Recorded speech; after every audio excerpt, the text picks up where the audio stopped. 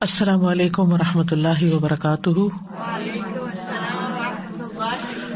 نحمده ونصلی علی رسولہ الکریم، اما بعد فاعوذ باللہ من الشیطان الرجیم، بسم اللہ الرحمن الرحیم۔ رب اشرح لی صدری ویسر لی امری واحلل عقدۃ من لسانی یفقہوا قولی۔ وَإِذَا سَأَلَكَ عِبَادِي عَنِّي فَإِنِّي قَرِيبٌ أُجِيبُ دَعْوَةَ الدَّاعِ إِذَا دَعَانِ فَلْيَسْتَجِيبُوا لِي وَلْيُؤْمِنُوا بِي لَعَلَّهُمْ يَرْشُدُونَ۔ اور جب میرے بندے آپ سے میرے بارے میں سوال کریں تو کہہ دیجئے بے شک میں قریب ہوں، میں پکارنے والے کی پکار کا جواب دیتا ہوں جب وہ مجھے پکارے۔ تو ان کو چاہیے کہ وہ میرا حکم مانے اور مجھ پر ایمان رکھے تاکہ وہ ہدایت پائیں۔ فَاسْتَغْفِرُوهُ ثُمَّ تُوبُوا إِلَيْهِ إِنَّ رَبِّي قَرِيبٌ مُجِيبٌ۔ سو اس سے بخشش مانگو پھر اس کی طرف پلٹ آؤ، یقیناً میرا رب قریب ہے، قبول کرنے والا ہے۔ اللہم فاطر السماوات والارض عالم الغیب والشہادہ انت رب کل شیء والہ کل شیء اشہد ان لا الہ الا انت وحدک لا شریک لک وان محمدا عبدک ورسولک والملائکۃ یشہدون۔ اے اللہ، آسمان و زمین کو پیدا کرنے والے، پوشیدہ اور ظاہر سب کو جاننے والے، تو ہی ہر چیز کا رب ہے اور ہر چیز کا معبود ہے۔ میں گواہی دیتا ہوں کہ تیرے علاوہ کوئی معبود نہیں، تو اکیلا ہے، تیرا کوئی شریک نہیں، اور یہ کہ محمد صلی اللہ علیہ وسلم تیرے بندے اور رسول ہیں، اور فرشتے بھی اس بات کے گواہ ہیں۔ اللہم صلی علی محمد وعلی آل محمد کما صلیت علی ابراہیم وعلی آل ابراہیم انک حمید مجید۔ اللہم بارک علی محمد وعلی آل محمد کما بارکت علی ابراہیم وعلی آل ابراہیم انک حمید مجید۔ پروگرام قریب مجیب کے سلسلے میں آج ہم معاملات میں آسانی کی دعائیں پڑھیں گے۔ آسانی کا ملنا اور مشکل کا دور ہونا اللہ کی نعمتوں میں سے ہے۔ اللہ سبحانہ وتعالیٰ کی اپنے بندوں پر بے شمار نعمتیں ہیں جنہیں ہم گن نہیں سکتے، لیکن کسی اچھے کام کی توفیق مل جانا، اس کام کا آسان ہو جانا، کسی کام کے کرتے ہوئے مشکل کا نہ آنا، یہ اللہ سبحانہ وتعالیٰ کی بہت بڑی نعمت ہے۔ مثلاً آپ نے ارادہ کیا کہ آپ اس مجلس میں حاضر ہوں گے جہاں اللہ کا ذکر ہوتا ہے، اللہ کا دین سیکھا جاتا ہے، اور اللہ سبحانہ وتعالیٰ نے آپ کے لیے سارے وسائل آسان کر دیے، آپ کو یہاں آنے تک کی سواری بھی عطا کر دی، آپ کو صحت بھی عطا کی، آپ کے لیے یہاں بیٹھنا آسان کیا، آپ کے لیے سننا آسان کیا، آپ کے لیے سمجھنا آسان کیا۔ یہ سب کچھ اللہ تعالیٰ کی توفیق سے ہے، کیونکہ کتنے ہی لوگ ایسے ہیں جو اس وقت ایسے کتنے ہی نیکی کے کام رمضان میں چاہتے ہوں گے، لیکن وہ ہسپتالوں میں ہیں، وہ کسی ایسی مشکل کا شکار ہیں کہ وہ یہاں تک پہنچ ہی نہیں سکتے، یا یہ کہ ان کے دل میں خواہش بھی نہیں پیدا ہوتی، کسی نیکی کے کام میں شریک ہونے کی خواہش پیدا ہونا، یہ بھی اللہ تعالیٰ کی بہت بڑی رحمت اور بہت بڑی نعمت ہے۔ تو ہر انسان کو جو کچھ بھی حاصل ہوتا ہے اور اس کے لیے جو اسباب بھی حاصل ہوتے ہیں، اور ان اسباب کو آسانی سے اویل کر لینا، یہ سب کچھ بھی صرف اللہ کی توفیق سے ہوتا ہے، بندہ ان کا مالک نہیں ہوتا، اللہ کے ہاتھ میں ہے یہ سب کچھ، اکیلے اللہ کے ہاتھ میں۔ اللہ تعالیٰ نے اپنے بندے شعیب علیہ السلام کے بارے میں فرمایا تھا کہ انہوں نے کہا وَمَا تَوْفِيقِي إِلَّا بِاللَّهِ عَلَيْهِ تَوَكَّلْتُ وَإِلَيْهِ أُنِيبُ، اور میری توفیق تو اللہ کی مدد کے ساتھ ہے، اسی پر میں نے توکل کیا اور میں اسی کی طرف رجوع کرتا ہوں۔ بس دین کے معاملات ہوں یا دنیا کے معاملات ہوں، دونوں طرح کے معاملات کو آسان بنانا، ان کو کر جانا ہمارے ہاتھ میں نہیں ہے، یہ صرف اور صرف اللہ کے ہاتھ میں ہے جو اکیلا ہے، اس کا کوئی شریک نہیں ہے۔ یہ زندگی چونکہ ایک امتحان ہے، اس لیے یہاں پر آسانیوں کے ساتھ تکلیفیں بھی ہوتی ہیں، لیکن یاد رکھیے کہ تنگی کے بعد اللہ تعالیٰ آسانی بھی پیدا فرما دیتا ہے، یعنی ایسا نہیں ہوتا کہ صرف تنگی ہی تنگی ہو، تنگی کے ساتھ ہی آسانی بھی ہوتی ہے۔ فَإِنَّ مَعَ الْعُسْرِ يُسْرًا، إِنَّ مَعَ الْعُسْرِ يُسْرًا، تنگی کے ساتھ آسانی ہے اور مشکل میں آسانی ہے۔ یعنی عام طور پر لوگ سمجھتے ہیں کہ زندگی صرف مشکل ہی مشکل ہے، لیکن اگر ہم غور کریں تو مشکلات میں اللہ تعالیٰ نے بہت سی آسانیاں بھی رکھی ہیں۔ سورۃ الطلاق میں اللہ تعالیٰ فرماتے ہیں لِيُنْفِقْ ذُو سَعَةٍ مِّن سَعَتِهِ وَمَنْ قُدِرَ عَلَيْهِ رِزْقُهُ فَلْيُنْفِقْ مِمَّا آتَاهُ اللَّهُ لَا يُكَلِّفُ اللَّهُ نَفْسًا إِلَّا مَا آتَاهَا سَيَجْعَلُ اللَّهُ بَعْدَ عُسْرٍ يُسْرًا، تاکہ وسعت والا اپنی وسعت میں سے خرچ کرے، اور جس پر اس کا رزق تنگ کیا گیا ہے اسے چاہیے کہ اس میں سے خرچ کرے جو اللہ نے اسے دیا ہے۔ اللہ کسی نفس کو تکلیف نہیں دیتا مگر جتنی اس نے اس کو طاقت دی، عنقریب اللہ تنگی کے بعد آسانی بھی پیدا کر دے گا۔ سورۃ الطلاق کی یہ آیت جو ہے یہ طلاق کے معاملات سے متعلق ہے، یعنی عام طور پر جب کوئی گھر ٹوٹتا ہے تو بہت مشکل پیش آتی ہے، اور اس وقت انسان سمجھتا ہے کہ دنیا اندھیر ہو گئی ہے، لیکن اللہ تعالیٰ کا وعدہ کیا ہے، سَيَجْعَلُ اللَّهُ بَعْدَ عُسْرٍ يُسْرًا، کہ تنگی تو ہے، اس وقت مشکل تو ہے، پریشانی تو ہے، لیکن اللہ تعالیٰ اس کے بعد آسانی بھی لے آئے گا۔ اسی طرح پیغمبروں کے اوپر جب حالات بہت تنگ ہوئے، ان کی زندگیاں بہت مشکل میں آ گئیں، تو سورۃ یوسف میں آتا ہے حَتَّى إِذَا اسْتَيْأَسَ الرُّسُلُ وَظَنُّوا أَنَّهُمْ قَدْ كُذِبُوا جَاءَهُمْ نَصْرُنَا فَنُجِّيَ مَن نَّشَاءُ، یہاں تک کہ جب رسول نا امید ہونے لگے، یعنی رسولوں پر بھی اتنی زیادہ مشکلات آئیں کہ ان کو یہ محسوس ہونے لگا کہ اب اس کے بعد کوئی رستہ نہیں نکلے گا، تو کیا ہوا، لوگوں نے سمجھا کہ ان کے ساتھ جھوٹ بولا گیا ہے کہ تمہارے لیے آسانیاں ہوگی اور کامیابیاں ہوگی، تو ان رسولوں کے پاس ہماری مدد آ گئی، پھر جسے ہم نے چاہا عذاب سے بچا لیا۔ اسی طرح جب قحط پڑتا ہے، خشک سالی ہوتی ہے، تو لوگ نا امید ہونے لگتے ہیں کہ یکا یک اللہ تعالیٰ رحمت کی ہوائیں بھیج دیتا ہے اور بادل امڈ آتے ہیں، بارشیں ہوتی ہیں، ہریالی ہو جاتی ہے، اور تنگی کے بعد آسانی پیدا ہو جاتی ہے۔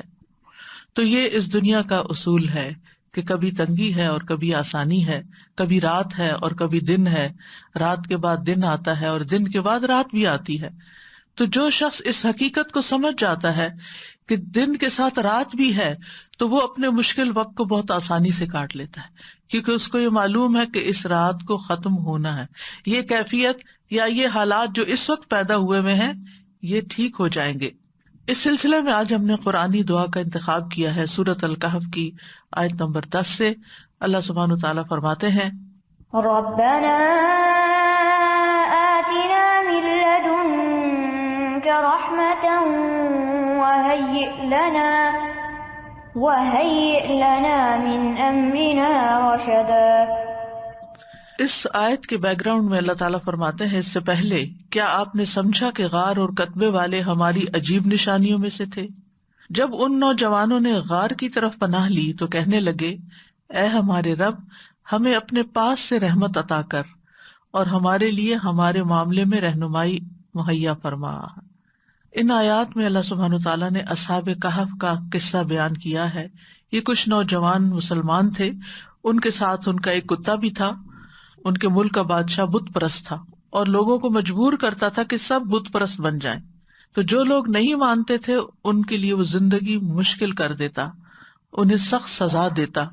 تو ان نوجوانوں نے اپنے دین اور ایمان کی حفاظت کی خاطر ہجرت کی، اپنا شہر چھوڑ دیا اور ایک غار میں جا کر پناہ لی، اور پھر اللہ تعالیٰ سے دعا کی کہ اے ہمارے رب، ہمیں اپنے پاس سے یعنی محض اپنے فضل اور اپنی جناب سے کوئی بھی رحمت جو تو چاہے ہمیں عطا فرما۔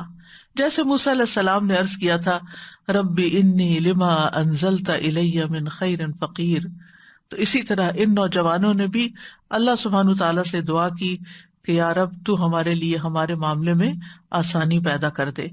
لہٰذا ان کی دعا قبول کر لی گئی. ان کے کانوں پہ ایک پردہ ڈال دیا گیا جس کی وجہ سے غار کے باہر کی آوازیں ان تک نہیں پہنچتی تھیں، اور انہیں اللہ تعالیٰ نے ایسا سکون عطا فرمایا کہ لمبی نیند سلا دیا، اور اس طرح انہیں ان کے دشمنوں کے خوف سے اور ان کی پریشانی سے نجات عطا کر کے اطمینان نصیب کیا.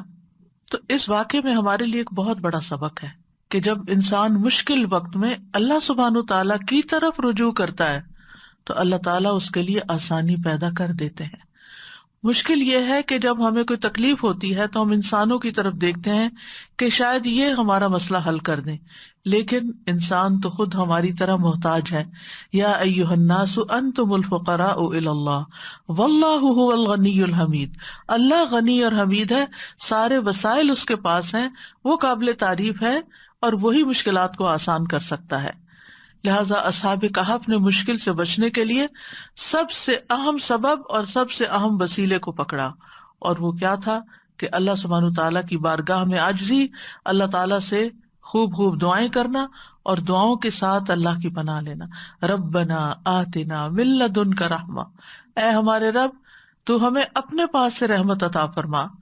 اور جب انسان صرف اللہ سبحانہ تعالیٰ کی رحمت سے امید لگاتا ہے تو اللہ سبحانہ تعالیٰ اس کی مدد ضرور کرتا ہے، کیونکہ اللہ تعالیٰ دیکھتا ہے کہ میرا بندہ اس وقت اب کرتا کیا ہے.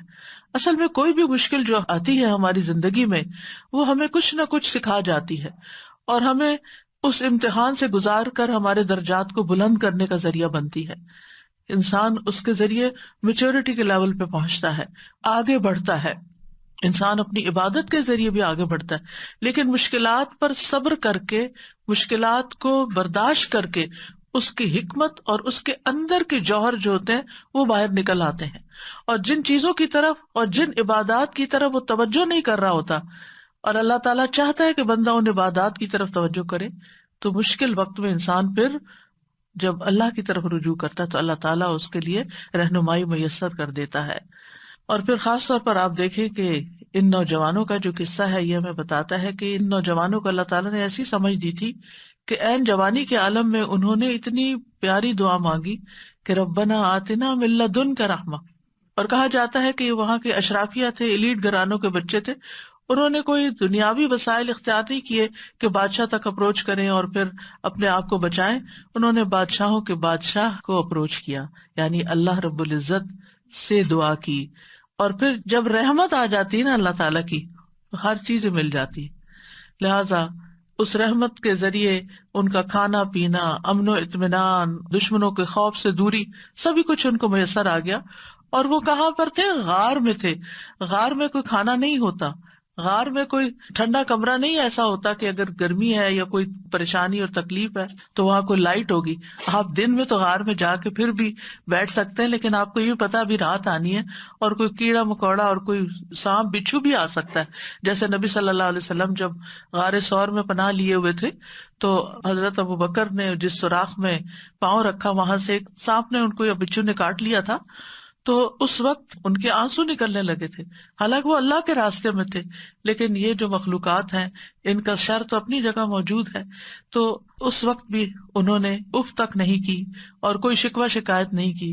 تو یہاں پر آپ دیکھیں کہ ان بچوں نے بھی غار کی طرف پناہ لی اور دعائیں اللہ تعالیٰ سے کی، جس کے نتیجے میں اللہ تعالیٰ نے ان کی دین و دنیا دونوں کی اصلاح کر دی. یعنی شرک میں پڑنے سے بھی بچ گئے اور اس کے ساتھ ساتھ اللہ تعالیٰ نے ان کو ایک نمونہ بنا دیا. اور رشد کہتے ہیں سیدھے رستے کی طرف ہدایت حاصل کرنا اور اس پہ قائم رہنا، یعنی ہدایت مل بھی جانا اور پھر ہدایت پہ قائم رہنا، اور یہ الغی کی اپوزٹ ہوتا ہے.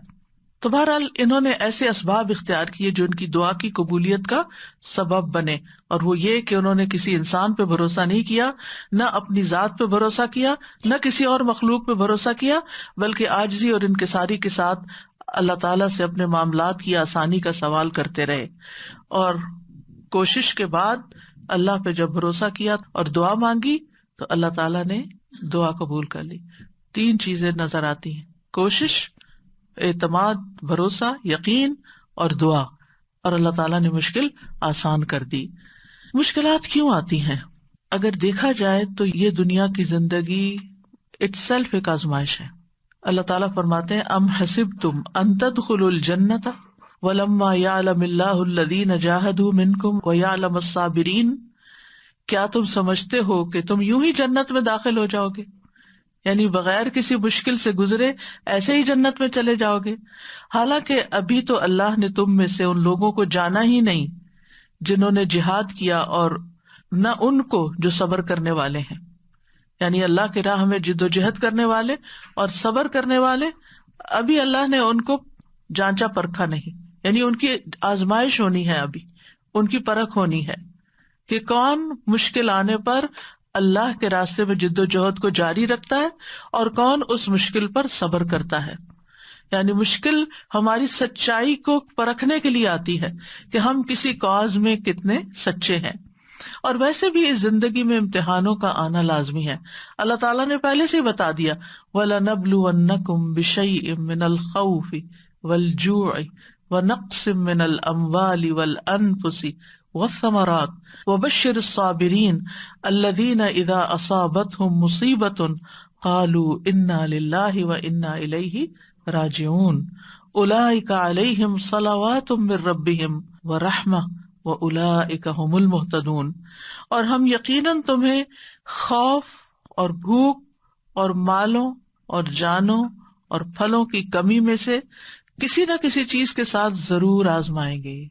یعنی اس دنیا پر پائے جانے والے ہر انسان کی آزمائش ضرور ہوگی، یعنی اس امتحان کے لیے وہ تیار رہے، ان میں سے کسی نہ کسی چیز سے، چاہے ایک ہو یا ایک سے زیادہ.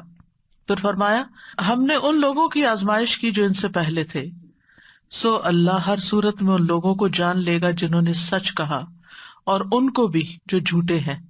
یعنی کون سچے ہیں، اللہ کے وعدوں پہ یقین رکھتے ہیں، اور کون صرف زبانی کلامی یہ بات کرتے ہیں اور ایمان ان کے دلوں میں نہیں اترا.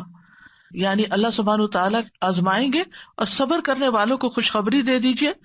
وہ لوگ جب انہیں کوئی مصیبت آتی ہے تو وہ کہتے ہیں بے شک ہم اللہ کے لیے اور بے شک ہم اسی کی طرف لوٹ کے جانے والے ہیں. یہ وہ لوگ ہیں جن پر ان کے رب کی طرف سے کئی مہربانیاں ہیں اور بڑی رحمت ہے، اور یہی لوگ ہدایت پانے والے. تو اس سے پتہ یہ چلتا ہے کہ انسان کو جب کوئی مصیبت آتی ہے تو پھر انسان کے دو رویے ہوتے ہیں. ایک یہ کہ اللہ تعالیٰ سے دور ہو جائے، اللہ تعالیٰ سے ناراض ہو جائے، اور ایک رویہ یہ ہے کہ انسان اللہ ہی کی طرف پلٹے اور اللہ سبحانہ تعالیٰ سے مدد مانگے. اور مدد مانگنے والوں کے لیے اللہ تعالیٰ کی مدد آ جاتی ہے، ان پر ان کے رب کی طرف سے صلوات یعنی مہربانیاں نازل ہوتی ہیں اور رحمت نازل ہوتی ہے. یعنی طرح طرح کے وینیوز کھلتے ہیں ان کے لیے خیر اور بھلائی کے. یعنی ایک مشکل ضرور آتی ہے لیکن ان مع العسر یسرا، اس مشکل کے ساتھ آسانی بھی ہوتی ہے، اور وہ آسانیاں انسان کو بعض اوقات نظر نہیں آتی، محسوس نہیں ہوتی. لیکن اگر انسان اللہ کا یہ وعدہ جان لے کہ یرید اللہ بکم اليسر ولا یرید بکم العسر، اللہ تعالیٰ تمہیں تنگ نہیں کرنا چاہتا، اللہ تعالیٰ دراصل تمہارے لیے آسانی چاہتا ہے، لیکن آسانی مشکل کے ساتھ آتی ہے. مثال کے طور پر آپ دیکھیں، آج کل آپ نے روزے رکھے ہوئے، آپ کو مشکل تو ہے، یعنی ایسے وقت میں کھانا پڑتا ہے جب آپ کھاتے نہیں ہیں، وہ کھانا مشکل ہوتا ہے. ایسے وقت میں جاگنا پڑتا ہے جب آپ جاگتے نہیں، آپ کو سونا ہوتا ہے اور آپ کو جاگنا پڑتا ہے. آپ کا جب کھانے کو دل چاہتا ہے، سب کچھ ہوتے ہوئے بھی آپ کھا نہیں سکتے. یعنی طرح طرح کی روزے کے ساتھ مشقتیں وابستہ ہیں. لیکن آسانی کتنی، سارا دن کچن صاف ستھرا ہے، کتنا کام کم ہو گیا. حیران ہوتی ہوں کہ کتنا ٹائم بچ گیا، کتنی ایفرٹ بچ گئی. اور اس کے ساتھ انسان کا اپنا وجود جو ہلکا پھلکا ہے، جب اس کو فکر ہی نہیں، نہ کھانے کی فکر ہے نہ پینے کی فکر ہے، جب دھیان ہی ہٹا ہوا ہے اس طرف سے، تو پھر اس کی توجہ، اس کا فوکس کسی اور چیز کی طرف. پھر جب کم کھاتا ہے تو جسم ایکٹیو ضرور ہوتا ہے، اور اس ایکٹیونیس کی وجہ سے انسان کا چلنا پھرنا، سانس لینا اور بہت سے کام کاج کرنا بہت آسان ہو جاتا ہے.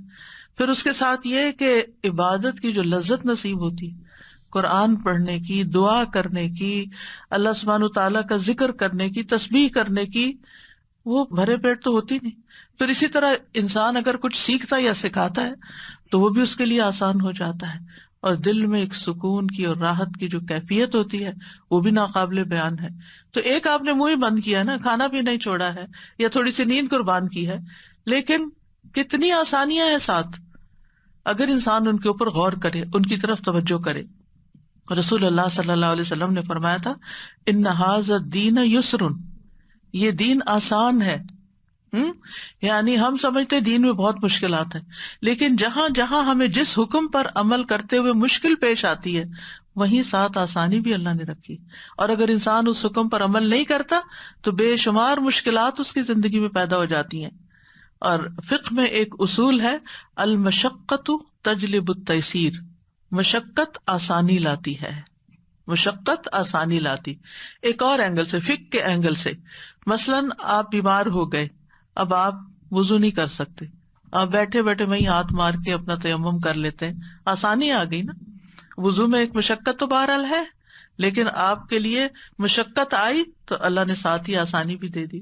آپ کھڑے نہیں ہو سکتے، طویل قیام نہیں کر سکتے، آپ بیٹھ کے نماز پڑھ لیں، آپ اشاروں سے نماز پڑھ لیں. آپ سے سارے کام کاج چھوٹ گئے، آپ بس ریسٹ کریں، لیٹیں، سوئیں، آرام کریں. لوگ آپ کو پوچھتے نہیں تھے، اب ہر کوئی آپ کا حال پوچھ رہا ہے. یعنی ایک بیماری کے ساتھ کتنی ساری اور چیزیں آ گئی کہ جو آپ کی زندگی میں پہلے نہیں تھی. تو المشقت تجلب التیسیر، مشقت، مشکل، پریشانی، تکلیف اپنے ساتھ آسانی بھی لاتی ہے. یعنی جب یہ کہا جاتا ہے نا دین آسان ہے، تو اس کا یہ مطلب نہیں کہ دین جو ہے وہ صرف آسانیوں کا مجموعہ ہے. مطلب یہ کہ اس کے جو احکامات ہیں ان پر چل کر انسان کو آسانی ملتی. اللہ کا وعدہ ہے فَأَمَّا مَنْ أَعْطَى وَاتَّقَى وَصَدَّقَ بِالْحُسْنَى فَسَنُيَسِّرُهُ لِلْيُسْرَى. اس کے برعکس وَأَمَّا مَنْ بَخِلَ وَاسْتَغْنَى وَكَذَّبَ بِالْحُسْنَى فَسَنُيَسِّرُهُ لِلْعُسْرَى. تو تنگی کس طرف سے ملی اور آسانی کس طرف سے ملی؟ بس جس نے دیا، یعنی اللہ کے راستے میں دیا اور لوگوں کو آسانی دی، یعنی جو دینے والا ہاتھ ہے، دینے والا دل ہے، جو خرچ کرنے والا ہے. تو جس نے دیا اور اس نے تقویٰ بھی اختیار کیا، یعنی صرف خالص اللہ کے لیے دیا، صرف اللہ ہی کے لیے کیا جو کچھ کیا، اور اس نے بھلائی کو سچ مانا، ہر خیر کی بات جو اللہ کی طرف سے آئی اس پر یقین کر لیا، تو ہم اس کو آسان راستے کی سہولت دیں گے، اس کے لیے آسانیاں پیدا کر دیں گے. یعنی جس مشکل میں وہ ہے اس مشکل کو ختم کر دیں گے. اس کے برعکس جس نے بخل کیا، یعنی جو وہ دے رہا تھا اس کو روک لیا. بخل کیا ہے؟ دینے کا اپوزٹ. چاہے مال ہو، چاہے علم ہو، چاہے لوگوں کو مشورہ دینا ہو، چاہے لوگوں کی کاؤنسلنگ کرنی ہو، چاہے کسی کے ساتھ کسی بھی قسم کی بھلائی کرنی ہو، کسی طرح کی مدد، خدمت، کچھ بھی. تو جو اپنے ان نیکیوں کو روک لیتا ہے، اما من بخلا واستغنی، اور بے پرواہ رہا، کسی کی پرواہ نہیں، بس میری جان پہ مشکل آئی ہے، صرف مجھے اپنی فکر ہے، اب میں سب سے بری ذمہ. یعنی بعض اوقات ایسا ہوتا ہے نا جب انسان کے دن اچھے ہوتے ہیں تو وہ پھر دینے والا بھی ہوتا ہے، لیکن ذرا سے اگر مال میں کوئی کمی ہوئی تو پھر انسان پہلی چیز کیا سوچتا ہے؟ ہاتھ روکنے لگتا ہے. اور بعض اوقات اتنا ہاتھ روک لیتا ہے کہ اپنے سے بھی روک لیتا ہے، اپنے اوپر بھی خرچ نہیں کرتا، اور بے پرواہ رہا. یعنی کیفیت اس کی ایسی ہوئی کہ اس کو نہ دین کی پرواہ، نہ دنیا کی، نہ آخرت کی، اور بھلائی کو جھٹلا دیا. ہم اس کو سخت راستے کے لیے سہولت دیں گے، یعنی اس کے لیے زندگی اور مشکل کرتے چلے جائیں گے. آسانی اور مشکل صرف دنیا کی نہیں بلکہ دنیا اور آخرت دونوں کی ہے. بعض اوقات انسان بخل کرتا ہے، بعض اوقات انسان لوگوں کی پرواہ نہیں کرتا، دین کے احکامات کی پرواہ نہیں کرتا، اللہ کے حکم کی پرواہ نہیں کرتا، اور بھلائی کی تصدیق نہیں کرتا، پھر بھی اس کے لیے دنیا میں بہت کچھ ہوتا ہے. تو وہ چند دن کی بات ہوتی ہے، پھر سب کچھ اس سے لے لیا جاتا ہے. پھر جب قبر میں جاتا ہے تو قبر تنگ کر دی جاتی ہے. فَسَنُيَسِّرُهُ لِلْعُسْرَى، قبر کی تنگی ہوتی ہے. حشر کے دن اٹھے گا تو وہاں کی تنگیاں ہوگی، پھر اس کے لیے تنگی ہی تنگی ہے آگے. اور ویسے بھی آپ دیکھیں بخیل وہی ہوتا ہے جس کا دل گھٹا ہوا ہوتا ہے نا. اور اس سے بدترین کیفیت کیا ہو سکتی ہے کہ کسی کا دل ہی گھٹا ہوا ہو، کسی کا دل ہی چھوٹا ہو، کسی کا دل ہی خوف کا شکار رہتا ہو، کسی کا دل ہی بخل کا شکار رہتا ہو اور جبن کا شکار رہتا ہو. یہ سارے دل یا سینے کی کنسٹرکشن ہے کہ جس میں انسان کسی وقت خوشی نہیں ہوتا، اس کو ایک تکلیف اور ایک پریشانی ہر وقت لگی رہتی. جو دینے والا ہوتا ہے، جس کا ہاتھ کھلا ہوتا ہے نا، جس کی ہتھیلی کھلتی ہے، اس کا دل بھی کھلتا ہے، اس کو شرح صدر بھی ہوتا ہے. جو بانٹتا ہے اس کو ملتا ہے، جو دیتا ہے اس کے لیے وسعتیں پیدا ہو جاتی ہیں. یہ اللہ تعالیٰ کا وعدہ ہے. تو انسان کے مقابلے میں دینے والا بننا، اللہ کے مقابلے میں ڈرنے والا، تقوی والا بننا، اور حق کے مقابلے میں اعتراف کرنے والا بننا، یہ آسانیاں لاتا ہے. اور دوسرا، انسان کے مقابلے میں روکنے والا، اللہ کے مقابلے میں سرکشی اور بے پرواہی کرنے والا اور حق کے مقابلے میں انکار کرنے والا. ایسا شخص جو ہے پھر اللہ تعالیٰ اس کو تنگیوں میں ہی مبتلا کر دیتے ہیں. یعنی یہ غیر مومنانہ نفسیات ہے کہ انسان کا مزاج اس کو بدی کی طرف لے جائے، خیر سے روک دے، تواضع کی بجائے، ہمبلنس کی بجائے سرکشی اور بد اخلاقی اور بدتمیزی پر اکسا دے، اور پھر کسی کا حق دینے کی بجائے اس کا حق مارے، انصاف کی بجائے ظلم سے کام لے، کسی کی خوبی یا خیر کا اعتراف اکنالج کرنے کی بجائے اس کا انکار کرے. تو جو انسان اس طرح کا طریقہ اختیار کرتا ہے وہ آخر کار پھر بڑی مشکل کا شکار ہو جاتا ہے اور وہ جہنم ہے. تو بہرحال اللہ تعالیٰ انسان کو خیر اور شر دونوں کے ساتھ آزماتا ہے. سورۃ الانبیاء میں ہے کل نفس ذائقۃ الموت ونبلوکم بالشر والخیر فتنہ والینا ترجعون. ہر جاندار کو موت کا مزہ چکھنا ہے اور ہم تمہیں اچھے اور برے دونوں طرح کے حالات میں آزماتے ہیں اور بالآخر تمہیں ہماری طرف لوٹنا ہے. یعنی دنیا میں تمہارے اوپر دونوں طرح کے حالات آتے رہیں گے، لیکن جو تنگی اور تکلیف میں یقین کا پہلو اختیار کر لیتا ہے کہ اللہ تعالیٰ اس کو ضرور دور کرے گا، اللہ تعالیٰ اس کا درجہ بھی بلند کر دیتا ہے اور اس مشکل سے بھی اس کو نکالتا ہے، اس کو گناہوں سے بھی پاک صاف کر دیتا ہے. اور حقیقت یہ ہے کہ رسول اللہ صلی اللہ علیہ وسلم کا یہ فرمان جو صحیح بخاری میں انسان کو حیران کر دیتا ہے، یہ پہلے بھی میں پڑھ چکی ہوں لیکن میں جب اس کو پڑھتی ہوں میں حیران ہو جاتی ہوں. اور وہ کیا ہے؟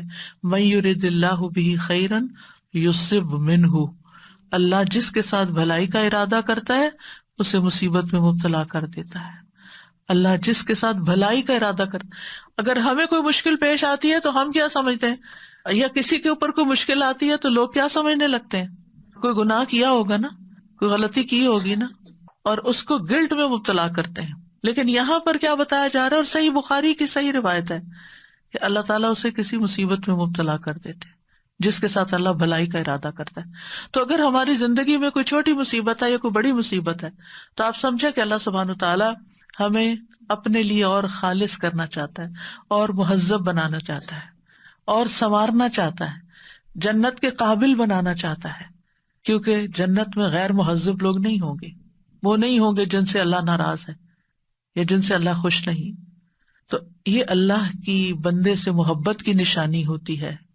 یعنی جب آپ کو کوئی تکلیف ہو تو اس وقت پریشان ہونے کے بجائے مسکرانا شروع کر دیں اور سوچیں اچھا اللہ تعالیٰ یہ آپ کی محبت ہے، میں اس پہ راضی ہوں. رضیت باللہ ربا وبالاسلام دینا وبمحمد نبیا. لیکن ہمیں ہمارے دین کے معاملے میں کسی آزمائش میں نہ ڈالنا. حضرت انس کہتے ہیں نبی صلی اللہ علیہ وسلم نے فرمایا زیادہ ثواب بڑی آزمائش کے ساتھ ہوتا ہے، زیادہ ثواب بڑی آزمائش کے ساتھ. جب اللہ کسی قوم سے محبت کرتا ہے تو انہیں آزمائش میں مبتلا کرتا ہے. پس جو راضی ہو جائے اس کے لیے رضا ہے، اور جو ناراض ہو اس کے لیے ناراضگی مقدر ہو جاتی ہے. انبیاء تمام مخلوق سے زیادہ اللہ کے قریب ہوتے ہیں، اللہ کے پیارے ہوتے ہیں. وہ اللہ کے دین کی خاطر مشکلات اٹھاتے ہیں، جانی مالی اولاد کی طرف سے، قوم کی طرف سے، اپنے پیاروں کی ہر طرف سے. لیکن ان کی زندگی میں جو تکلیف اور آزمائش آتی ہے وہ اللہ کی ناراضگی کی وجہ سے نہیں ہوتی، ان کے درجات کی بلندی کی وجہ سے ہوتی ہے. تمام انبیاء اذیت اور تکلیف سے گزرے، تمام کے تمام. نوح علیہ السلام کی مثال آپ کے سامنے، 950 سال قوم کو تبلیغ کی لیکن قوم نہیں مانی، بلکہ برا بھلا کہا، مارا پیٹا، خون ان کا نکالا، بے ہوش کر دیا، ہر طرح کی اذیت دی. ان کے بیٹے کی طرف سے آزمائش آئی، بیوی کی طرف سے آزمائش آئی. یعنی گھر میں بھی آزمائش اور باہر بھی آزمائش، باہر بھی کوئی بات سننے والا نہیں اور گھر میں بھی مشکل ہے. موسیٰ علیہ السلام کے لیے فرعون کی طرف سے آزمائش آئی، اور پھر کس طرح وہ ان کے ہاتھوں قتل ہو گیا اور ان کو اپنا ملک چھوڑنا پڑا اور ہجرت کرنی پڑی، اور پھر جو جو راستے میں تکلیفیں انہوں نے دیکھی. یعقوب علیہ السلام کی آزمائش یوسف علیہ السلام کی طرف سے آئی، بیٹے کی طرف سے آئی. یوسف علیہ السلام کی زندگی میں ایک نہیں کئی آزمائشیں آئیں، آپ سب جانتے ہیں. بالآخر جیل میں جا پہنچے. یعنی وہ تمام چیزیں جن سے انسان بچنا چاہتا ہے وہ سب ان کی زندگی میں ہوتی گئیں، لیکن اللہ سبحانہ وتعالیٰ نے پھر انجام کیسا کیا.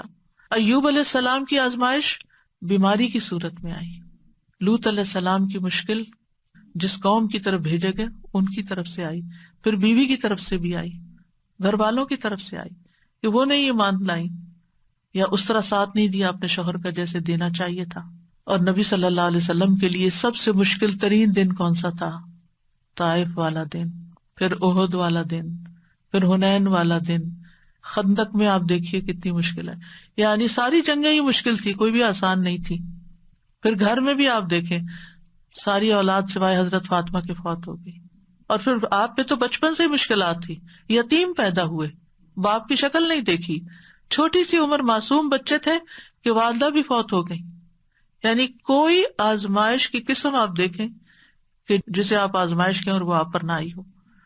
آپ جس سے محبت کرتے تھے اپنے چچا جنہوں نے ہر معاملے میں ساتھ دیا، وہ ایمان نہیں لائے، اتنی تکلیف ہوئی ہوگی ان کو، کس دکھ اور کس کرب سے گزرے ہوں گے کہ وہ چچا جو ہر جگہ سپورٹ کر رہے ہیں وہ بات نہیں مان رہے، ایمان نہیں لا رہے، یعنی کون سا دکھ ہے، کون سا درد ہے، کون سی تکلیف۔ اور اس عام الحزن میں حضرت خدیجہ کی وفات ہو جاتی ہے جب آپ کو سب سے زیادہ سپورٹ کی ضرورت ہے۔ طائف کی طرف جاتے ہیں تو وہاں آپ دیکھیں کیسا سلوک کیا جاتا ہے، یعنی کوئی ایک تکلیف ہے لیکن آپ اس کے ساتھ ساتھ اللہ تعالیٰ کے محبوب ترین مقرب ترین بندے ہیں۔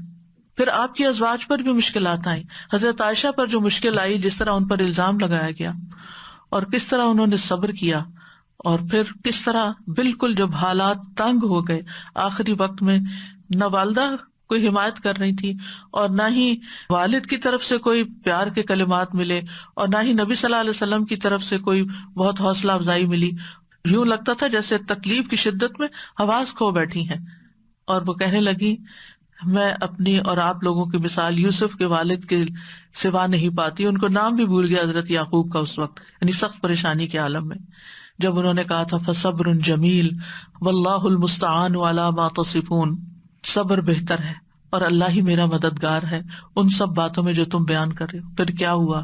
پھر اللہ نے آسمان سے وحی اتاری جو قیامت تک پڑھی جاتی رہے گی۔ وہ تکلیف کی حالت تو ختم ہو گئی، وہ آزمائش تو چلی گئی، لیکن جو نعمت ملی وہ ہمیشہ کے لیے اس قدر عزت افزائی۔ اور پھر آپ دیکھیے کہ پچھلی امتوں پر بھی بڑی آزمائشیں آئیں۔ اللہ تعالیٰ فرماتے ام حسبتم ان تدخلوا الجنۃ ولما یأتکم مثل الذین خلوا من قبلکم مستهم البأساء والضراء وزلزلوا حتى يقول الرسول والذین آمنوا معه متى نصر اللہ الا ان نصر اللہ قریب۔ کیا تم نے سمجھ رکھا ہے تم یوں ہی جنت میں چلے جاؤ گے؟ یعنی ہم میں سے ہر شخص جنت کا سوال کرتا ہے، جنت مانگتا ہے، جبکہ ابھی تمہیں اس جیسی تکلیف تو پیش ہی نہیں آئی جو تم سے پہلے لوگوں پر گزری۔ یعنی اگر دیکھا جائے تو ہم نے اپنے ایمان اور دین میں ایسی کوئی مشکل نہیں دیکھی۔ ٹھیک ہے مشکلات چھوٹی بڑی آتی رہی ہیں، لیکن یہ تکلیف ہے جو پہلے لوگوں پر، ان کو سختیاں اور تکلیفیں پہنچی اور وہ ہلا مارے گئے، یہاں تک کہ رسول اور وہ لوگ جو ان کے ساتھ ایمان لائے تھے پکار اٹھے کب آئے گی اللہ کی مدد؟ سنو بے شک اللہ کی مدد قریب ہے۔ یعنی اللہ تعالیٰ آزماتا ضرور ہے لیکن مدد بھی اسی کی طرف سے آتی۔ تو اگر ہم چاہتے ہیں کہ زندگی میں آسانیاں پیدا ہوں تو پھر سب سے پہلے تو اپنی مشکل کو، اپنی آزمائش کو کسی ایسے شخص کی آزمائش کے ساتھ کمپیئر کرنا چاہیے جو ہم سے زیادہ تکلیف میں گزرا ہو، ہمیں اپنی مشکل آسان نظر آئے گی۔ یعنی اگر ہمیں اپنی زندگی میں کوئی تکلیف نظر آتی ہے نا تو نبی صلی اللہ علیہ وسلم کی تکلیفوں کو یاد کر لیں، آپ کو لگے گا آپ جنت میں ہیں، آپ کو اپنی مشکل ہی نظر نہیں آئے گی۔ دوسری بات یہ کہ ایمان اور عمل صالح، اللہ تعالیٰ کا وعدہ ہے وَأَمَّا مَنْ آمَنَ وَعَمِلَ صَالِحًا فَلَهُ جَزَاءً الْحُسْنَى وَسَنَقُولُ لَهُ مِنْ أَمْرِنَا يُسْرًا، اور رہا وہ جو ایمان لایا اور اس نے نیک عمل کیا تو اس کے لیے بدلے میں بھلائی ہے، اور ان قریب ہم اسے اپنے کام میں سے سراسر آسانی کا حکم دیں گے، یعنی اس کے لیے آسانی پیدا کر دیں گے۔ سورۃ نحل میں آتا ہے من عمل صالحا من ذکر او انثى وهو مؤمن فلنحيينه حیاتا طیبہ ولنجزینہم اجرہم باحسن ما كانوا يعملون، جو شخص بھی نیک عمل کرے، خواہ مرد ہو یا عورت کا الگ نام لیا گیا ہے، عام طور پر مرد کا ذکر کر کے عورت کو ساتھ ہی شامل کر دیا جاتا ہے۔ فرمایا جو نیک عمل کرے گا بشرطے کہ وہ مومن ہو، ہم اسے ضرور پاکیزہ زندگی بسر کرائیں گے، اس کو اچھی زندگی دیں گے، یعنی اس دنیا میں بھی اچھائی دیں گے، اور آخرت میں ان کے بہترین اعمال کے مطابق یعنی جس درجے کے عمل ہوں گے انہیں ان کا اجر عطا کریں گے. یہ اللہ کا وعدہ ہے، اور اللہ کا وعدہ کبھی بھی جھوٹا نہیں ہو سکتا. اللہ کا وعدہ ہمیشہ سچا ہی ہوتا ہے. ابن تیمیہ رحمہ اللہ کہتے ہیں اطاعت کا انجام دنیا اور آخرت کی سعادت اور بھلائی ہے. وہ کہتے ہیں مخلوقات میں سے سب سے زیادہ خوش نصیب وہ ہے جو اللہ کی عبادت اور اطاعت میں سب سے بڑھ کے ہوتا ہے، سب سے آگے ہوتا ہے. وہ کہتے ہیں کہ بندے کی سعادت یہ ہے کہ اسے جس چیز کا حکم دیا گیا ہے وہ انجام دے، اور جس چیز سے منع کیا گیا ہے وہ چھوڑ دے، یعنی اللہ کا بندہ بن جائے. ابن قیم کہتے ہیں اللہ رب العالمین ارحم الراحمین، قدرت رکھنے والوں میں سب سے بڑا قدرت رکھنے والا ہے، اور اس کی سعادت صرف اس کی اطاعت سے حاصل ہو سکتی ہے. یعنی اگر آپ چاہتے ہیں کہ تکلیف دور ہو تو اطاعت کے کاموں میں اور زیادہ آگے بڑھیں، پیچھے نہ رہیں. کل ہی میری کسی سے بات ہو رہی تھی، تو ریسنٹلی ان پہ کوئی تکلیف آ گئی، تو میں نے حال چال پوچھا تو کہنے لگے کہ پتہ ہی نہیں چل رہا کہ رمضان آیا. پریشانی نے ایسا دماغ کو گھما دیا ہے کہ رمضان کی جو روحانیت ہے وہ محسوس ہی نہیں ہو رہی.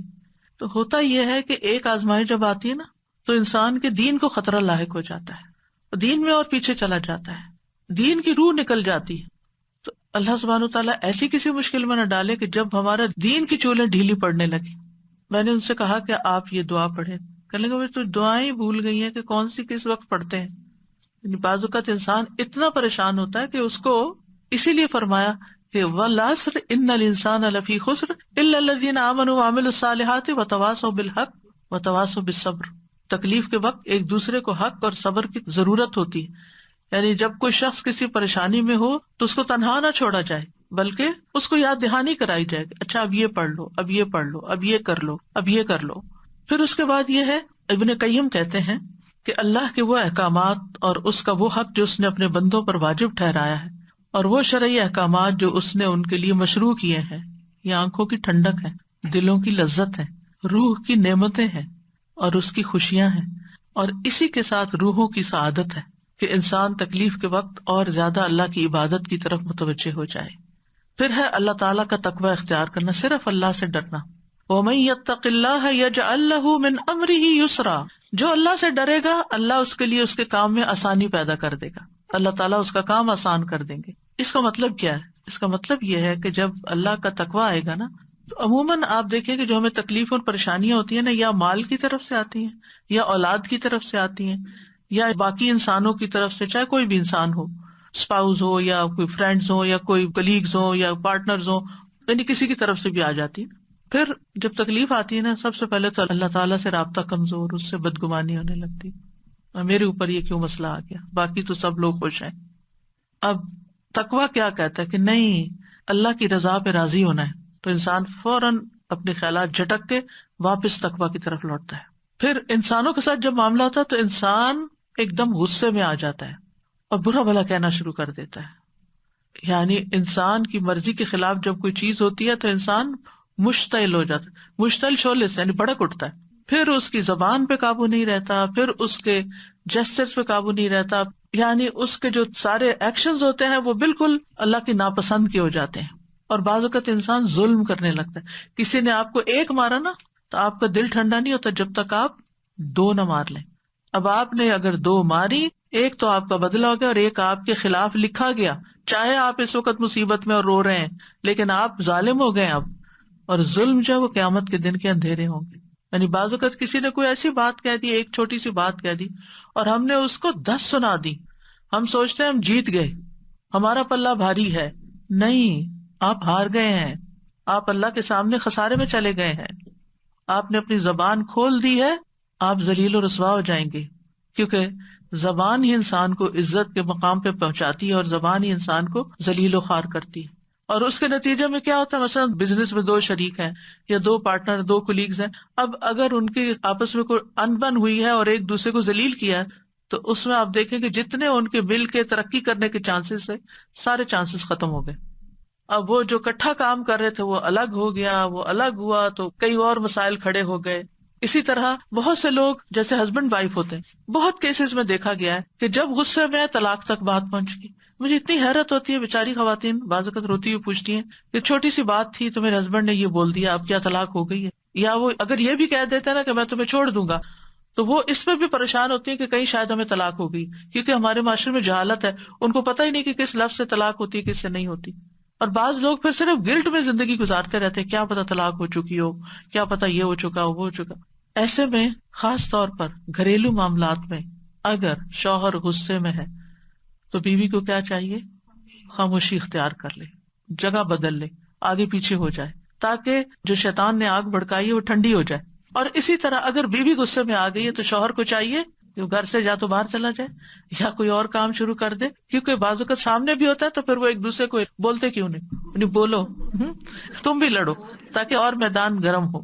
تو اس سے پھر یہ ہے کہ معاملات مزید خراب، ایک دوسرے کی رسپیکٹ چلی جاتی، عزت چلی جاتی، محبت چلی جاتی ہے، یعنی دل دور ہونے لگتے ہیں. بعض اوقات لوگ قریب رہ رہے ہوتے ہیں اور ان کے دل دور ہو جاتے ہیں، اور وہ کسی اور کی وجہ سے نہیں ہوتے، وہ اپنی غلطی کی وجہ سے ہوتے ہیں. یعنی خود ہم ایسی حرکتیں کر جاتے ہیں کہ جس کی وجہ سے دوسروں کی نگاہوں میں گر جاتے ہیں. تو اس لیے بہت ضروری ہے کہ اللہ کا تقوی اختیار. صرف اللہ کا تقوی آتا ہے کہ جو بندے کو روک لیتا ہے، اس کی زبان کو روک لیتا ہے، اس کے ہاتھ کو روک لیتا ہے، اس کے کسی غلط ایکشن کو روک لیتا ہے.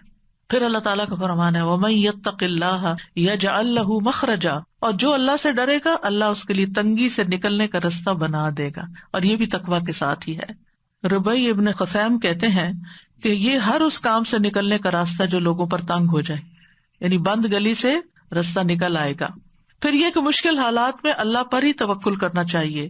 سورۃ طلاق میں آتا ہے وَمَن يَتَوَکَّلْ عَلَى اللَّهِ فَهُوَ حَسْبُهُ إِنَّ اللَّهَ بَالِغُ أَمْرِهِ قَدْ جَعَلَ اللَّهُ لِكُلِّ شَيْءٍ قَدْرًا، اور جو شخص اللہ پر بھروسہ کرے وہ اس کو کافی ہو جاتا ہے. یعنی اللہ پر ڈیپینڈ کرے، اللہ سے مدد مانگے، اللہ کی طرف رجوع کرے، اللہ اپنا کام پورا کر کے رہتا ہے. بلا شبہ اللہ نے ہر چیز کا ایک اندازہ مقرر کر رکھا ہے، ایک وقت مقرر ہے اس مشکل سے نکلنے کا. ابن رجب کہتے ہیں مصیبت کے ساتھ راحت اور تنگی کے ساتھ آسانی کے باریک رازوں میں سے ایک راز یہ ہے کہ جب مصیبت شدید اور بڑی ہو جائے تو بندہ مخلوق کی طرف مائل ہونے سے مایوس ہو جاتا ہے، بندوں سے مایوس ہو جاتا ہے، اس کا دل اللہ وحدہ کی طرف متوجہ ہو جاتا ہے. اور یہ اللہ پر بھروسے کی اصل حقیقت ہے، اور یہ ان سب چیزوں سے بڑی چیز ہے جو حاجات سے مطلوب ہے، کیونکہ جو اللہ پر توکل کرتا ہے اللہ اسے کافی ہو جاتا ہے. یعنی پہلے ہمیں لوگوں پہ بڑا مان ہوتا ہے، یہ کام کرے گا، یہ فلاں میرا ساتھ دے گا، فلاں بھی ہے فلاں بھی، لیکن جب کوئی ساتھ نہیں دیتا تو پھر انسان بندوں سے مایوس ہو کے صرف اللہ کی طرف رجوع کرتا ہے، اللہ کا بن جاتا ہے. اور اللہ تعالیٰ ہم سے چاہتا بھی یہی ہے کہ ہم اس کے بندے بن جائیں، اسی پر بھروسہ کریں، اس کی طرف رجوع کریں، اس کے لیے خالص ہو جائیں، اپنی دعاؤں میں اور زیادہ اخلاص پیدا کر لیں.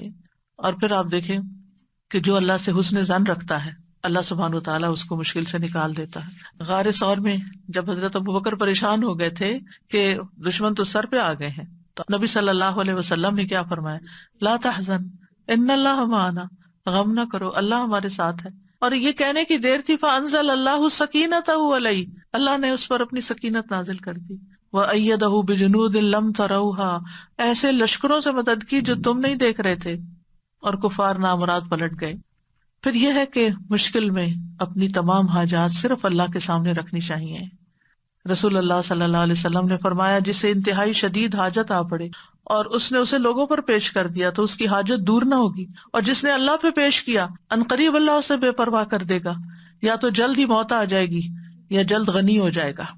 پھر یہ کہ اس بات پر پورا یقین رکھنا چاہیے کہ مشکل دور ہوگی انشاءاللہ. حسن ظن، خوش گمانی، سیجعل اللہ بعد عسر یسرا، یہ اللہ ہی کا وعدہ ہے.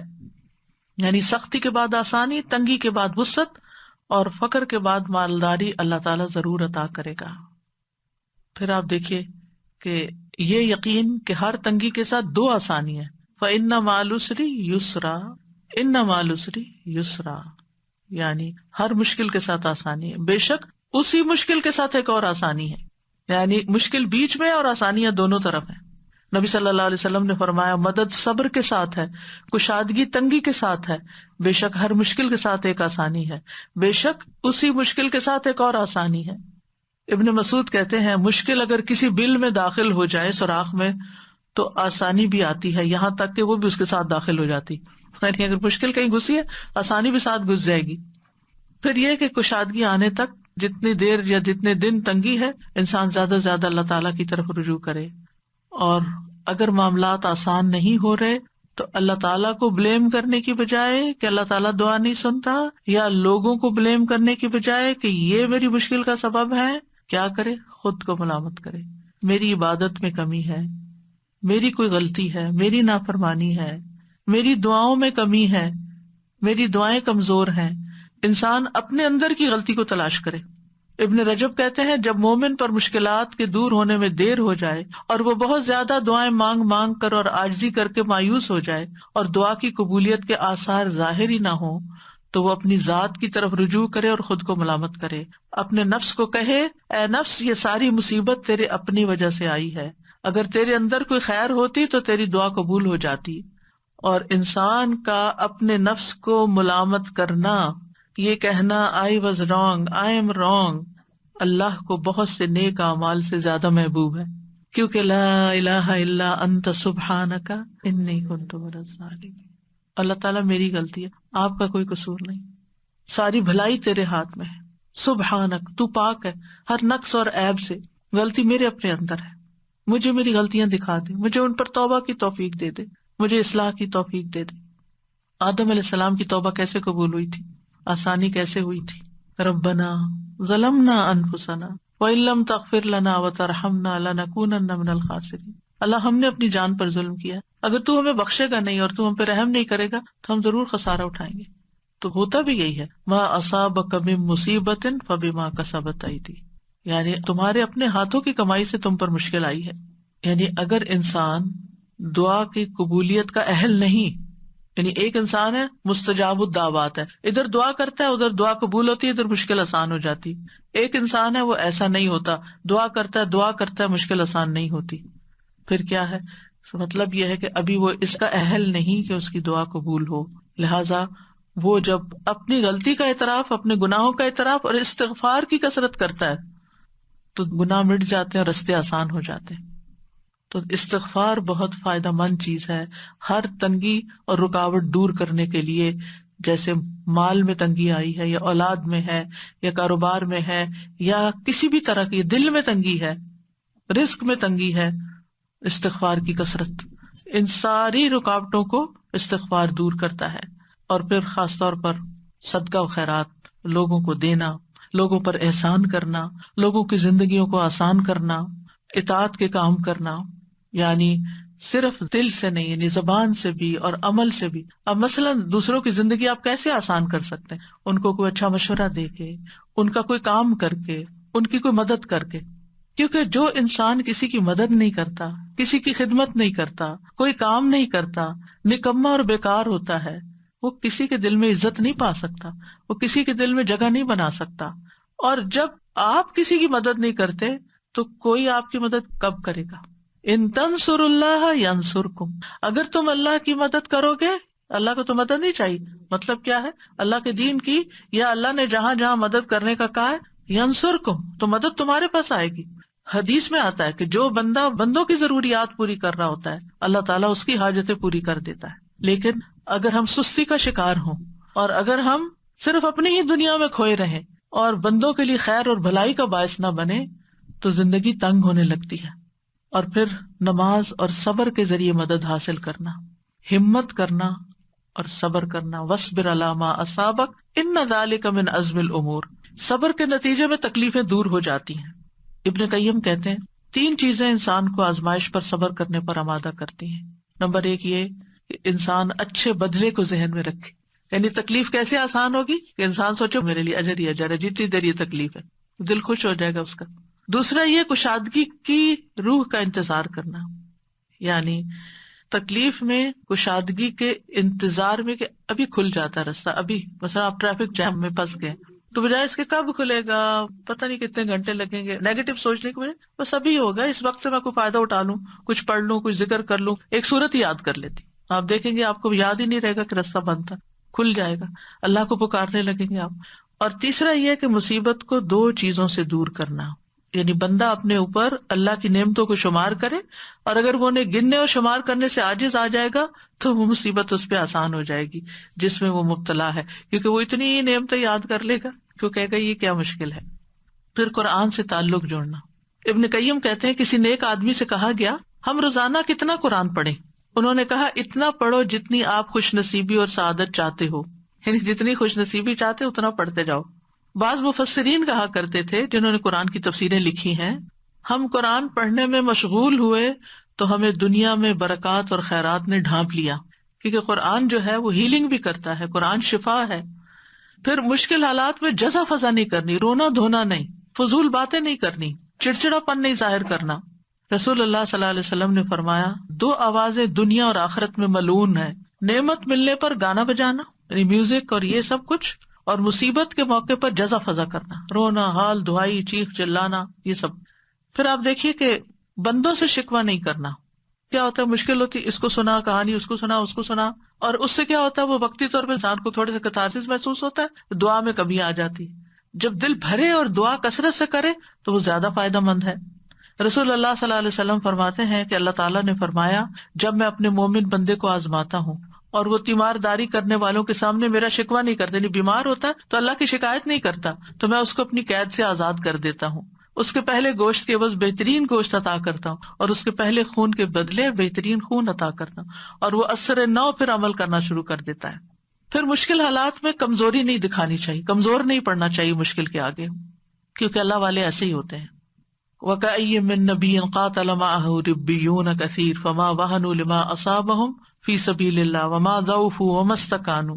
نہ وہ کمزور پڑے، نہ ہمت ہاری، نہ دبے، اور اللہ صبر کرنے والوں سے محبت کرتا ہے.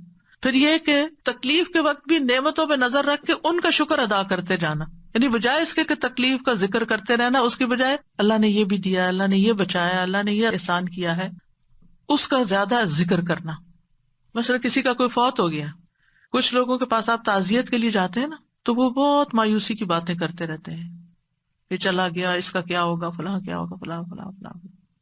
کچھ لوگوں کے پاس آپ جاتے ہیں تعزیت کے لیے، وہ اتنی پازیٹیو باتیں کر رہے ہوتے ہیں اور وہ اچھے وقت کو یاد کرتے ہیں، وہ نعمتوں کو یاد کرتے ہیں جو کٹھے ٹائم سپینڈ کیا، جو کٹھے کام کیے، جیسے کسی کا بچہ چلا گیا، شوہر چلا گیا یا کوئی اور، تو بہت مثبت باتیں کرتے ہیں. اس سے کیا ہوتا ہے اپنے دل کو بھی ٹھہراؤ ملتا ہے اور دوسروں کو بھی جو آنے والے ہیں ان کو بھی ایک امید ملتی ہے اور ان کو ایک سبق ملتا ہے کہ یہ کیسا اللہ کا شکر گزار بندہ ہے. اللہ تعالیٰ کا فرمان ہے لئن شکرتم لازیدنکم، تم شکر ادا کرو گے اور نعمتیں دوں گا، اور اگر تم نے ناشکری کی تو جو ہے وہ بھی چلی جائیں گی. مصیبت پہ 4 باتوں پہ شکر کرنا چاہیے. کوئی مصیبت اور تکلیف ہو تو 4 چیزوں پہ شکر. نمبر 1، شرح کہتے ہیں جب مصیبت لاحق ہوتی ہے مجھے تو میں اس پہ 4 بار اللہ کا شکر ادا کرتا ہوں. میں اس بات پہ شکر ادا کرتا ہوں کہ مجھے اس سے بڑی مصیبت لاحق نہیں ہوئی، اس سے بڑی بھی ہو سکتی تھی. میں اس بات پہ شکر ادا کرتا ہوں کہ اس نے مجھے صبر عطا کیا، یعنی اللہ نے مجھے صبر دیا، اس پہ بھی شکر. پھر کہتے ہیں میں اس بات پہ اللہ کا شکر ادا کرتا ہوں کہ اس نے مجھے انا للہ و انا الیہ راجعون کہنے کی توفیق عطا کی، کیونکہ اس طرح میں ثواب کی امید رکھتا ہوں. اولئک علیہم صلوات من ربہم ورحمہ واولئک هم المہتدون. ساتھ ہی اللہ تعالیٰ کی طرف سے بشارتیں ہیں. میں اس بات پر شکر ادا کرتا ہوں کہ یہ مصیبت میرے دین میں واقع نہیں ہوئی. پھر اسی طرح یہ کہ آپ پر مشکل آئی ہے، آپ دوسروں کی مشکلات حل کریں، دوسروں کے کام کے بن جائیں، دوسروں کی مدد کریں. جس نے کسی مومن سے دنیا کی تکلیفوں میں سے کسی تکلیف کو دور کیا، اللہ اسے قیامت کے دن کی تکلیفوں میں سے کسی تکلیف کو دور کر دے گا. جس نے تنگ دست پہ آسانی کی، اللہ اس پر دنیا اور آخرت میں آسانی کرے گا. جو کسی مسلمان کی پردہ پوشی کرے گا، اللہ اس کی دنیا اور آخرت میں پردہ پوشی کرے گا. اللہ اس وقت تک بندے کی مدد میں ہوتے ہیں جب تک وہ بندہ اپنے بھائی کی مدد میں لگا رہتا ہے. پھر دعاؤں کی کثرت. فرمایا لوگوں میں سب سے عاجز وہ ہے جو دعا میں عاجز ہے، دعا نہیں کرتا. اور خوشحالی اور آسودگی میں زیادہ دعائیں کرنی چاہیے، ذکر کی کثرت کر دینی چاہیے، کیونکہ ذکر کی وجہ سے اللہ تعالیٰ مشکل کو آسان کر دیتا ہے، تنگی کو آسانی میں بدل دیتا ہے، مشقتیں کم ہو جاتی ہیں. جب کسی مشکل کام پر اللہ کا نام لیا جاتا ہے تو وہ مشکل آسان ہو جاتی ہے. کسی مشقت پر اللہ کا ذکر کیا جاتا ہے تو مشقت آسان ہو جاتی ہے. کسی سختی پر اللہ کا ذکر کیا جاتا ہے تو وہ زائل ہو جاتی ہے. کسی تکلیف پہ اللہ کا ذکر کیا جاتا ہے تو وہ ختم ہو جاتی ہے. اللہ کا ذکر کرنا غم اور پریشانی دور کرنے کا ذریعہ ہے. ذکر کی کثرت کریں. اللہ تعالیٰ فرماتے ہیں لولا تستغفرون اللہ لعلکم ترحمون. کتنی چھوٹی سی کتنی پیاری آیت ہے. لولا تستغفرون اللہ، تم اللہ سے استغفار کیوں نہیں کرتے؟ لعلکم ترحمون، تاکہ تم پہ رحم کیا جائے.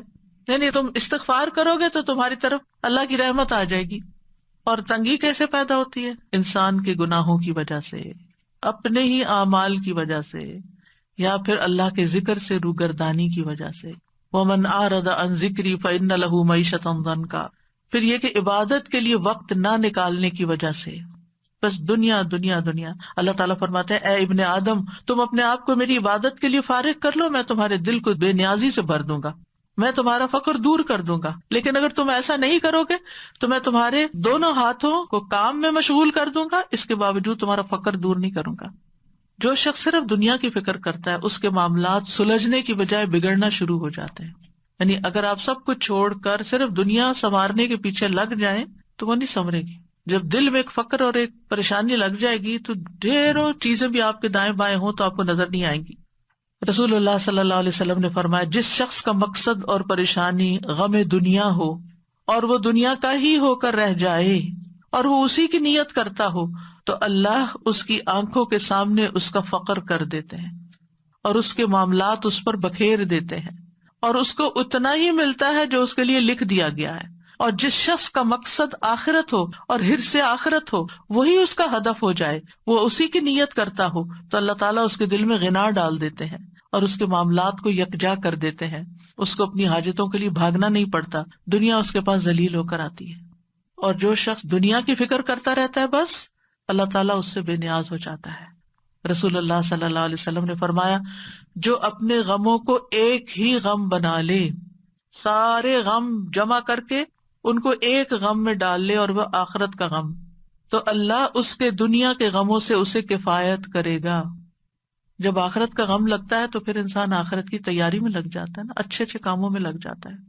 اور جس کو پریشانیاں ادھر ادھر بھٹکا کر لے جائیں اللہ اس کی پرواہ نہیں کرے گا کہ وہ دنیا کی کس وادی میں ہلاک ہوتا ہے، اللہ کو اس کی کوئی پرواہ نہیں۔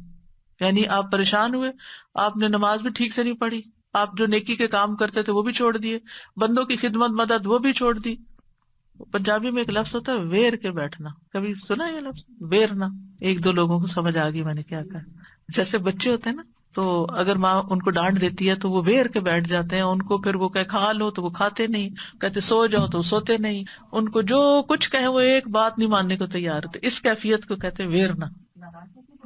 ناراض ہونا ہلکا، روٹ کے اکڑ کے بیزار ہو کے اڑ کے بیٹھ جانا، کوئی بات نہ سننا نہ کچھ کرنا، ضدی ڈھیٹ، یہ سارے لفظ کٹے ہیں اس میں۔ ہمارے گھر میں یہ لفظ استعمال ہوتا تھا جب کوئی بچہ اس طرح کی کیفیت میں نہیں، کسی کو کہا نا جلدی کرو یہ کام، نہیں کرتا، بس پھر بیٹھ کے روٹ کے اٹھے موڈ آف، بھئی کس بات سے کوئی پتہ نہیں، کھا لو نہیں کھانا، اسکول جاؤ نہیں جانا، یعنی کوئی بات نہ ماننا۔ تو جب کوئی بندہ یہ رویہ اختیار کر لیتا ہے تو پھر اللہ تعالیٰ اس کی پرواہ چھوڑ دیتا ہے کہ وہ کہاں ہلاک ہوتا ہے، وہ ہو جائے جہاں ہوتا ہے، کیونکہ وہ نہ اللہ کی سنتا نہ بندوں کی سنتا ہے، ایگوئسٹک ہے نا، کہ بس جو میرے دل میں آ گیا میں نے تو وہ کرنا ہے، نہ ماں باپ کی پرواہ، نہ کسی اور کی پرواہ، نہ کسی کی شرم و حیا، نہ کچھ۔ تو پھر ایسی صورت میں اگر کوئی بندہ اللہ سے ناراض ہو کے بیٹھا ہوا ہے یا ایون بندوں سے بھی ناراض ہو کے بیٹھا ہوا ہے،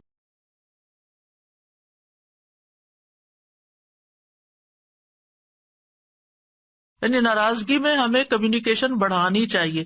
عام طور پر دیکھا گیا لوگوں کی عادت کیا ہوتی ہے، ناراض ہوئے تو بات ہی نہیں کرنی، سب سے پہلے تو بولنا چھوڑتے ہیں۔ بھئی سمجھ کیسے آئے کہ آپ کو کیا مشکل ہے؟ وہ کہتے ہیں خود ہی بوجھو۔ بھئی کیسے بوجھیں؟ ہمیں کوئی غیب کا علم ہے؟ ہمیں نہیں معلوم کہ مزاج شریف پہ کیا چیز ناگوار گزر گئی۔ تو یہ چیزیں کسی اور کو نقصان نہیں دیتی، یقین کریں یہ جو کرتا ہے اسی کو نقصان دیتی۔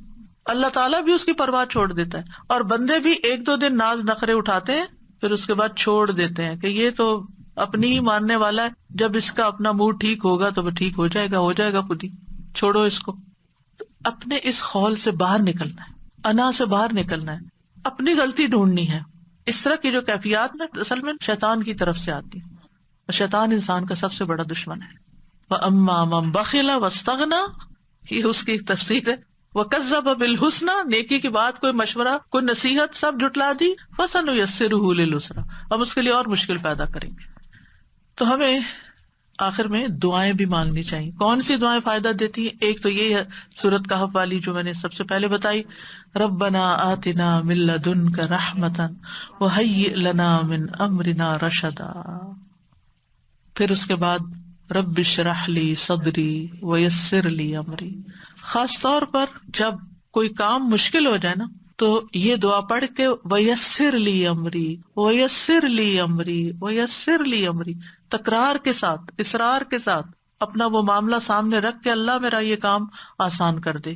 اور شرح صدر کیا ہوتا ہے؟ اے اللہ میرے سینے کو نور سے بھر دے، ایمان سے بھر دے، حکمت سے بھر دے، کیونکہ مشکل وقت میں ان سب چیزوں کی بڑی ضرورت ہوتی ہے. ایمان سے ہی مقابلہ کیا جا سکتا ہے مشکلات کا. ایمان ہوتا ہے تو تکلیفیں بھی برداشت ہو جاتی ہے، صبر بھی آ جاتا ہے. اور پھر یہ کہ میرا وہ کام، وہ راستہ میرے لیے آسان کر دے کہ جس سے میں چل کے تیری طرف آ جاؤں، تیرا بن جاؤں، اور اس راستے کی جو سختیاں اور مشکلات ہیں وہ میرے لیے آسان کر دے. پھر لا الہ الا انت سبحانک انی کنت من الظالمین. رسول اللہ صلی اللہ علیہ وسلم نے فرمایا کیا میں تمہیں ایسی چیز نہ بتاؤں کہ جب تم میں سے کسی آدمی کو رنج و الم اور دنیا کی آزمائشوں میں سے کوئی آزمائش آئے تو وہ اس دعا کو پڑھے تو اس کی تکلیف دور ہو جائے گی. تو آپ سے کہا گیا کیوں نہیں؟ آپ نے فرمایا وہ مچھلی والے کی دعا ہے، لا الہ الا انت سبحانک انی کنت من الظالمین. اللہ غلطی میری اپنی ہے، میرا قصور ہے، تو مجھے معاف کر دے اور اس مشکل کو آسان کر دے. اللہ اللہ ربی لا اشرک بہ شیئا، شرک سے بیزاری اور برات کا اعلان.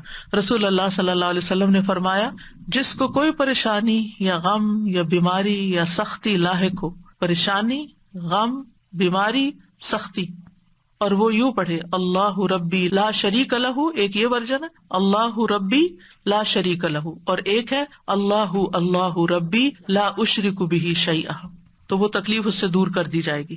پھر دعا ہے اللہم لا سہل الا ما جعلتہ سہلا وانت تجعل الحزن سہلا اذا شئت. اے اللہ کوئی کام آسان نہیں مگر جسے تو آسان کر دے، اور جب تو چاہتا ہے مشکل کو آسان کر دیتا ہے. اللہ کے لیے تو کچھ مشکل نہیں، مشکل ہمارے لیے. تو اللہ تعالیٰ آپ اس مشکل کو آسان کر دیں، یعنی آپ اس سختی کو نرمی میں بدلیں گے، آسانی کر دیں گے تو ہی آسانی ہو. یہ دعا حزن اور حزن دونوں طرف سے پڑھی جاتی. حزن غم کو کہتے ہیں اور حزن سختی کو کہتے ہیں. پھر ابو موسیٰ رضی اللہ عنہ کی دعا ہے، جب وہ نماز سے فارغ ہوتے تو کہتے اللہم اغفر لی ذنبی ویسر لی امری وبارک لی فی رزقی. کتنی خوبصورت دعا ہے، نماز کے بعد پڑھتے تھے وہ. یہ صحابی کی دعا ہے، نبی صلی اللہ علیہ وسلم کی نہیں، لیکن بڑی خوبصورت دعا ہے. اے اللہ میرے گناہ معاف کر دے، میرے معاملے کو آسان کر دے، یعنی ہر نماز کے بعد جو معاملہ آپ کو پریشان کر رہا ہے، اور میرے رزق میں برکت عطا کر دے. پھر لا الہ الا اللہ الحلیم الکریم، لا الہ الا اللہ العلی العظیم، لا الہ الا اللہ رب السماوات السبع ورب العرش العظیم. ابن عباس کہتے ہیں نبی صلی اللہ علیہ وسلم نے فرمایا یہ کلمات ہیں جن سے کشادگی ہو جاتی ہے، آسانی ہو جاتی ہے. ان میں کیا ہے؟ صرف اللہ سبحانہ وتعالیٰ کی تعریف اور اللہ کی صفات بیان ہوئی. توحید کا اقرار ہے، الحلیم الکریم کے واسطے سے دعا ہے. پھر توحید کا اقرار ہے، پھر العلی العظیم کے واسطے سے دعا ہے، پھر توحید کا اقرار ہے، پھر ربوبیت کے واسطے سے دعا ہے، پھر رب السماوات السبع اور رب العرش العظیم. بس انسان پریشان ہوتا ہے نا تو سمجھ بھی نہیں آتی مانگے کیا کہیں، تو اس طرح اللہ کا ذکر شروع کر دینا چاہیے. پھر ہے اللہم احسن عاقبتنا فی الامور کلہا واجرنا من خزی الدنیا وعذاب الآخرہ. اے اللہ ہمارے تمام معاملات کا انجام اچھا کر دے اور ہمیں دنیا کی رسوائی اور آخرت کے عذاب سے محفوظ رکھ. تو یہ سارے معاملات میں آسانی اور انجام کی خوبصورتی کی دعا ہے. پھر ہے اللہم انی اعوذ بک من ضیق الدنیا وضیق یوم القیامہ. اے اللہ بے شک دنیا کی تنگی سے اور قیامت کے دن کی تنگی سے میں تیری پناہ چاہتا ہوں. پھر ایک اور بہت خوبصورت دعا ہے. ابن عمر کہتے ہیں ایسا کم ہی ہوتا کہ رسول اللہ صلی اللہ علیہ وسلم کسی مجلس سے اپنے صحابہ کے لیے یہ دعا کیے بغیر اٹھے ہوں. اللہم اقسم لنا من خشیتک ما تحول به بیننا وبین معاصیک ومن طاعتک ما تبلغنا به جنتک ومن الیقین ما تهون به علینا مصیبات الدنیا، یا دوسرے ورژن میں مصائب الدنیا، ومتعنا باسماعنا وابصارنا وقوتنا ما احییتنا واجعلہ الوارث منا واجعل ثأرنا على من ظلمنا وانصرنا على من عادانا ولا تجعل مصیبتنا فی دیننا ولا تجعل الدنيا اکبر ہمنا ولا مبلغ علمنا ولا تسلط علینا من لا یرحمنا. اے اللہ ہم میں اپنا خوف اتنا تقسیم کر دے کہ وہ ہمارے اور ہمارے گناہوں کے درمیان حائل ہو جائے. اور یہاں خشیت کی بات کی گئی ہے جو علم سے آتی ہے، جو خوف علم کی وجہ سے پیدا ہوتا ہے کہ اللہ ہمیں ایسا علم عطا کر اور اس علم کے ساتھ ایسا اپنا ڈر دے کہ ہم گناہوں سے بچ جائیں، کیونکہ گناہ مصیبتیں لاتے ہیں. اور اپنی فرما برداری اتنی تقسیم کر دے کہ وہ ہمیں تیری جنت تک پہنچا دے، کیونکہ اطاعت کے کام ہی انسان کو جنت تک لے جاتے ہیں. اور اتنا یقین عطا کر دے کہ ہم پر دنیا کی مصیبتیں آسان ہو جائیں، یعنی اتنا زیادہ ایمان کا آخری درجہ نا یقین، یعنی ایمان کی مضبوطی عطا کر دے کہ جس کی وجہ سے ہمیں دنیا کے غموں کی پرواہ نہ رہے. اور جب تک تو ہمیں زندہ رکھے ہماری سماعت، ہماری بصارت اور ہماری قوت سے ہمیں فائدہ عطا کر، یعنی ہمارے آنکھیں، کان، ہماری ساری قوتیں، صلاحیتیں کام کرتی رہیں، ہم بیکار ہو کے بستر پہ نہ پڑ جائیں. اور اسے ہمارا وارث بنا دے، یعنی بعد میں بھی یہ ہمارے اعضاء ہمارے لیے ایسا کام چھوڑ کے جائیں کہ جو صدقہ جاریہ بن جائے. اور ہمارا انتقام اسی تک محدود کر دے جو ہم پر ظلم کرے، یعنی ہم کسی پر زیادتی نہ کریں. دشمنوں کے مقابلے میں ہماری مدد فرما اور ہمارے دین میں مصیبت نازل نہ فرما، یعنی کوئی ایسی تکلیف نہ ڈالنا کہ میں دین سے دور ہوں، اور نہ ہی دنیا کو ہمارا سب سے بڑا غم و ہم بنانا، اور نہ ہی ہمارے علم کی انتہا کہ ہم صرف دنیا کا ہی علم جانتے ہوں اور دین کا ہمیں نہ پتا ہو. اور ہم پر ایسے شخص کو مسلط نہ کرنا جو ہم پر رحم نہ کرے. کتنی خوبصورت دعا ہے، کیونکہ آپ دیکھیں کہ جب اللہ کی خشیت مانگتے ہیں تو خشیت ہمیں گناہوں سے روک دیتی، اطاعت مانگتے ہیں تو اطاعت جنت تک لے جاتی ہے، یعنی اللہ کی فرمانبرداری سے ہی اللہ کے پاس جا سکتے ہیں نا جنت میں. یقین مانگتے ہیں جو ایمان کا اعلیٰ ترین درجہ ہے، تو ابن مسعود کہتے ہیں یقین مکمل ایمان ہے. دنیا مصائب کا گھر ہے، انسان میں جتنا ایمان کبھی ہوگا اس میں شک نہیں ہوگا، اس کے لیے مصیبتیں برداشت کرنا آسان ہوگا. اور ایمان کا آخری چھٹا رکن قضاء و قدر پر ایمان لانا ہے، یعنی جو تو فیصلے ہمارے بارے میں کرے ہمیں اس پر راضی کر دے، اور ہم اپنی صلاحیتوں کو آخری سانس تک صرف تیری رضا میں استعمال کریں، اور مرنے کے بعد بھی ان سے ہمیں فائدہ پہنچتا رہے.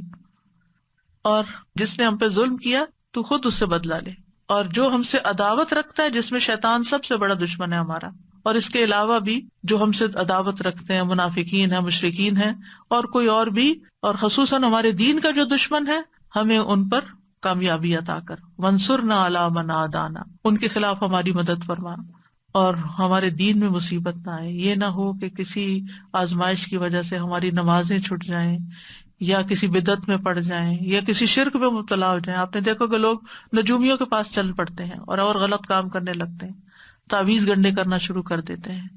تو اللہ تعالیٰ ہمیں دین کے معاملے میں کسی آزمائش میں مبتلا نہ کرنا، یا یہ کہ دین کا وہ کام جو ہم کر رہے ہیں کسی ایسی آزمائش میں نہ ڈالنا کہ ہم نیکی اور خیر اور بھلائی کے کاموں میں پیچھے رہ جائیں، اور دنیا کو ہمارے علم کا منبع نہ بنا دینا، یعنی ہم دین کا رستہ چھوڑ کے صرف دنیا کے نہ ہو کے رہ جائیں. اور ہمارے اوپر کسی ایسے حکمران کو مسلط نہ کرنا کہ جو ہم پر رحم نہ کرے. اور صرف حکمران ہی نہیں، کسی بھی معاملے میں، مثلاً آپ کسی ظالم ڈاکٹر کے حوالے نہ ہمیں کرنا کہ وہ ہم پہ رحم نہ کرے اور ہمارا غلط علاج کرے، یا کسی ظالم استاد کے حوالے نہ کرنا کہ وہ سکھانے سے زیادہ ہم پر سختی کرے. تو زندگی کے ہر معاملے میں آسانی کے لیے یہ بہترین دعا ہے، اور اسے اپنی دعاؤں کا معمول بنانا چاہیے. وآخر دعوانا ان الحمد للہ رب العالمین. سبحانک اللہم وبحمدک، اشہد ان لا الہ الا انت، استغفرک واتوب الیک. السلام علیکم ورحمۃ اللہ وبرکاتہ.